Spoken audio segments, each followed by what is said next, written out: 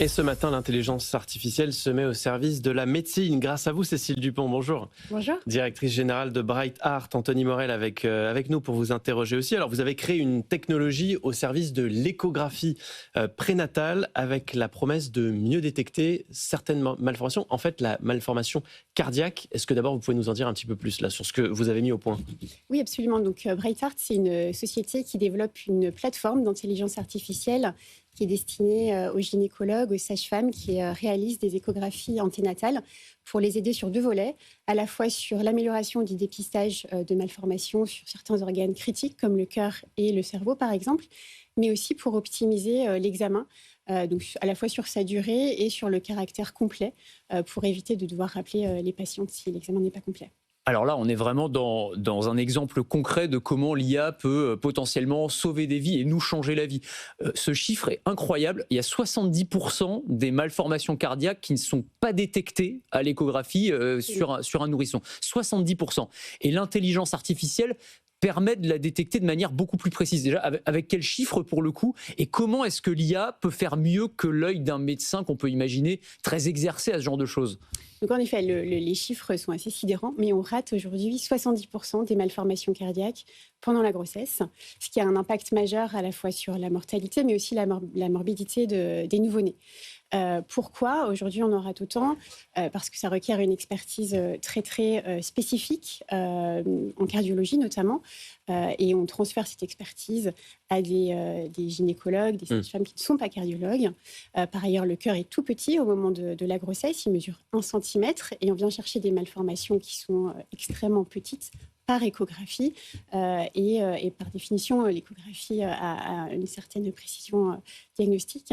Et donc, aujourd'hui, avec l'IA, on est capable de passer d'un taux de dépistage de 30% et avec Bright Art, on passe à 98% de dépistage. Et alors, comment ça fonctionne? Comment est-ce que l'IA peut mieux voir? Est-ce que c'est les nuances de gris qu'elle est capable de mieux détecter? C'est un tout petit détail sur ce centimètre de cœur qu'un œil humain ne peut pas voir? Comment est-ce qu'elle fait mieux que l'humain finalement? Alors, ça demande beaucoup de travail. On a développer des algorithmes qu'on a entraînés sur des images qui ont été annotées par des cliniciens, par des médecins, et en particulier par des experts, des cardiopédiatres, des gens qui sont spécialisés en cardiopédiatrie. Et nos deux cofondateurs sont eux-mêmes cardiopédiatres. Donc en fait, la manière dont fonctionne Bright Art, c'est qu'on vient apporter l'expertise de cardiopédiatre. Donc on a 8 marqueurs morphologiques de cardiopathie sévère. Et on a entraîné notre IA à reconnaître ces 8 marqueurs de manière très spécifique. Avec quel taux de fiabilité? 98%. Ah oui, donc très élevé. C'est un outil que vous mettez exclusivement entre les mains des médecins. C'est pas quelque chose que vont pouvoir utiliser les gens comme les dermatologues qui ont beaucoup critiqué le fait qu'il y a des applications aujourd'hui qui utilisent l'intelligence artificielle pour soi-même détecter des mélanomes. Là, on n'est pas du tout sur ça. Non, on n'est pas du tout sur ça.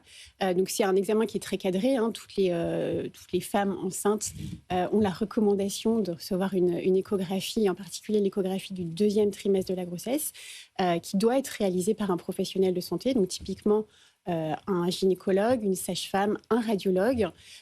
Ces examens sont réalisés avec des échographes bien spécifiques. La plupart du temps, c'est des colonnes d'échographie portables.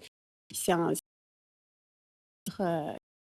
Et là, la techno, elle est déjà déployée, parce que je pense qu'il y a plein de futurs parents peut-être qui nous écoutent et qui se disent moi, je veux absolument que mon échographie soit réalisée avec cette intelligence artificielle. C'est déjà possible aujourd'hui?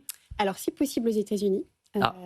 Ça limite le champ des possibles. On a obtenu les accords de la FDA pour déployer aux États-Unis et ça le sera bientôt en Europe. Pourquoi les États-Unis d'abord? Pourquoi toujours les États-Unis quand on a une belle French Tech comme vous? Est-ce qu'il y a trop de freins législatifs, réglementaires qui font que vous adressez d'abord ce marché-là, qui par ailleurs est un marché gigantesque et on souhaite à tous les Français d'y être présents, bien sûr?